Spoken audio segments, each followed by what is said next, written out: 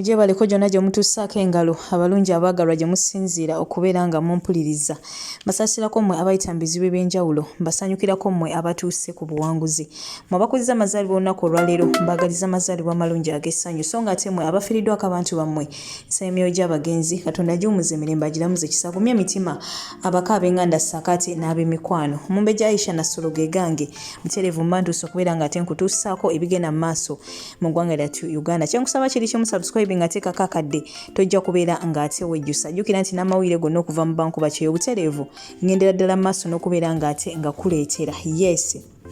Naye nga si byangu n'akamu n'akeddagala Maziga meerere eri famire y'omukulu ono Kapeesa nate ekinajjukirwa nti emabega kaundoza gulinga mwezi gumu emabega omukulu ono baamutubikira nti munnange afudde, wabula abantu abasinga ne babitwalira ddala ng'ebyolubalaato era ne bavaayo ne bagamba wa Kapeesa afeekinze okufaako biki era ne batandika okugyayo obutambi obw'enjawulo nga bagamba Kapeesa twamulabyeko, Kapeesa twamulabye wano, naye nga mu butuufu byonna bya bulimba. Mikwano gye gyavangayo ne gitukakasa ku zi lives ez'enjawulo eza TikTok, wabula nga abantu abamu bo balowooza nti munnaye byakola ki byakusaga era nga balowooleza ddala nti munnange Kapeesa akyali mulamu era nga n'ensonga gye beekwasa nti waba yafudde omulambo gwe nga munnange tegutuuka. Kinajjukirwa nti omukulu ono yafiira mu mazzi era omulambo gwe gubadde tegukomezebwangawo paka ate munnange olunaku olwaleero omulambo gwe we gukomezeddwawo okwabwobwe mu ggwanga lyattu Uganda. So bannange Maziga meerere eri ab'enganda abako n'ab'emikwano si byangu n'akamu n'akeddagala akaseera ke bayitamu munnange si kangu. Maama we yavaayo oluvannyuma lwa mutabani we okufa mu interview emu bw'atyo n'ategeeza ennaku gy'ayitamu n'embeera za mutabani we we yali munnaye nga tannafa, wabula era sitiru abantu abasinga ne bavaayo ne bagamba oyo si maama wa Kapeesa, oyo yali feeke bamusasudde ajjawo ekisitory, kwegamba ebigambo byabadde bingi nnyo nnyini ddala. Wabula mazima gali nti olunaku olwaleero kikakasiddwa nti munnange Kapeesa we twogerera munnange zembuyaga ezikaza engoye yakkirira dde zirakumwa ennyindo munnaye gye zirembekera mukoka. Tusaba omwoyo gwe Katonda guwumuze emirembe agulamuze ekisagumye emitima abaka ab'enganda ssaakaate n'ab'emikwano. Si byangu wabula ng'ate munnange ffenna ly'ekkubo ekitwawula oli kubeera ng'ate asookayo munne, wabula nga kino kituwa ekyokuyiga nti bannange omuntu yenna alina we bakira ku makya ne bamubika nti afudde nga tonnaba kwogera bingi, sooka okakasa ekituufu. Oba tolina ky'omanyi it's better n'osirika, w'oba tobibuusabuusa byogere mu ngeri eraga nti obibuusabuusa, wabula tovaayo n'okakasa ekintu n'okikakasiza ddala n'okulayira n'olayira naye ng'ate ekituufu kiri nti byogera tobirinaako mitwe n'amagulu. Ndowooza okufa kwa Kapeesa munnange lyeryo essomo lye tukuyizeemu. Kati abantu abasinga bagamba nga nti ono comedy, ndowooza olunaku olwaleero simanyi ki kye basobola kubeera ng'ate bakola ki nga boogera. Akatambikeeko nga naye w'omulaba munnange Maziga meerere naye nga ensi bw'etyo weetambula Katonda bw'atyo munnange we yasalawo. So nga ate ebyo tubitadde ku bbali ngenda kuba nkulekerako akatambi kano ka Fred Lumbuye munnange bw'atyo yavuddeyo bubi nnyo n'atabukira omukulu Kenzo n'aleeta bwino ow'enjawulo era bye ngenda okubeera nga nkulekerako bagamba nti akuddira mu luyimba munnange taluwoomya. Ngenda kuba nkulekerako akatambi ako gwe olondemu ebikugasa ebitakugasa obireke wabbali otubuulire amazima ki agali mu katambi kano. Fred Lumbuye byayogera bituufu oba munnange byaswakaba ng'enjogera y'ennaku zineeno bwegamba. Comment yo ngenda kusaba ogituteereko wansi awo mu comment section, subscribe nga oba tonna bateekako akadde, like nga video eno naye nga tekisinga obukulu toseetuka. Goodbye for now. Ennyonyi eyo yazze eyabadde mu bbanga nga yeewuuba yabadde erina ebintu byefuuyira, naye ate ebintu bino byefuuyira temujja kubeera surprised nga mu wiiki emu bbiri okuva kati bajja baga nti ekirwadde kyeyongedde nnyo. Njagala mutangira omukulembeze Fulbert Kyagulanyi Ssentamu n'omuvubuka gwe bayita Eddie Kenzo Musuuza. Omukulu ono muganda waffe ekisooka bamukozesezza nga sleeper cell, bamujewujja okuleetawo diversion. Tekisookera ddala mukozesa nga diversion kyekisooka. Ekyokubiri, omukulu ono ye nga ye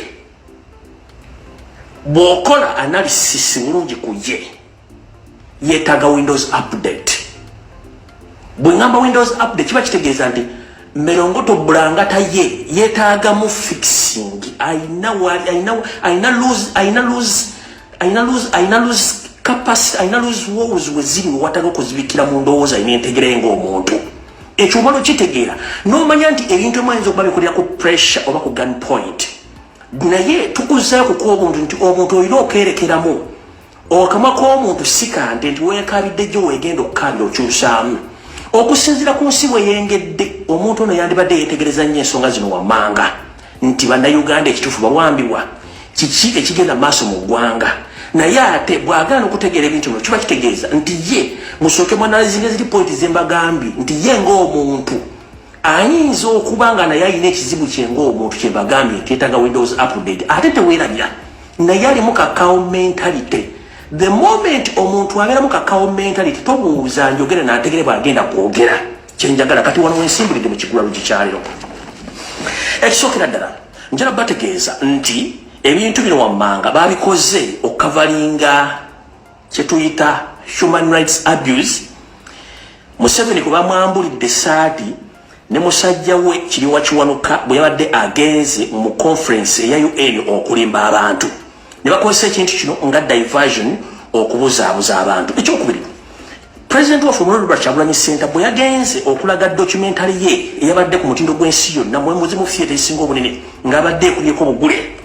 Kino kyajjayo Seri mu mbeera n'agamba nti wano tutuuse kino kyadde kirina okukolebwa okugjawo silipa seeri okujja okukola kye tuyita cover-up okugjawo ebintu bino byonna ekyo nakyo mukitegedde. Mbagamba ekya diversion y'ensonga lwaki buli media NRM propagandalist abali ku social media batutte ekintu kino ku level ndala nnyo. Bujanga lubanga lwa media mu Uganda wokka wosanga concert y'omunnayuganda for the first time ng'erangiddwa ne Namonkanga naye Namonkanga eyo yabadde eranga ki? Muli mu kufumbafumba ekikoozi kya Ebola mu Uganda ekyokugula amasomero ngenda kujja nakyo ninjala kubuuza bwe tubanga tuyina outbreak crisis eya Ebola mu Uganda, how dare you allowed such a huge concert to happen in the middle of the city in the country where that the government announced that there is an outbreak of Ebola in the country, and you allow a concert which almost collected 500,000 people. Do we still have that outbreak? Nchida mu Luganda lutuufu. Monsike tulimu nga nayo yo serisazi nagenda kwata enjogeza ajja ku TV ayogere ng'eyanobako ate nga yanobako. Njala kubuuza ensi erimu ekirwadde kye mugamba nti kisaasaanye. Ng'essaawa zino abantu mutuga batuge n'emira mu mugiwamba n'ogamba nti okkiriza abeereyo concert. Naye nga concert eyo yabaddemu abantu abayikunukkiriza mu kitundu ky'akakadde k'abantu n'ogireka ebeerewo tuba tukyayira Ebola. Muno mulimu baminisita babagenzi ne babeera ku concert eyo. Mulimu banebyabufuzi abagenzi babeera ku concert eyo. Mulimu abamagye abadde ku concert eyo. Kati tuba tukyayina ekirwadde kya outbreak y'Ebola. Kyekibuuzo kye mbuuza. Nabagamba mentality bwe buzibu obusinga okugamba abantu nti balina ekirwadde ky'obwongo balowoozanga nte ennyonyi eyo yazze eyabadde mu bbanga nga yeewuuba. Nfunyeeko oluvuuvu mulesina konfirming ne kanduyise wano. Yabadde erina ebintu byefuuyira.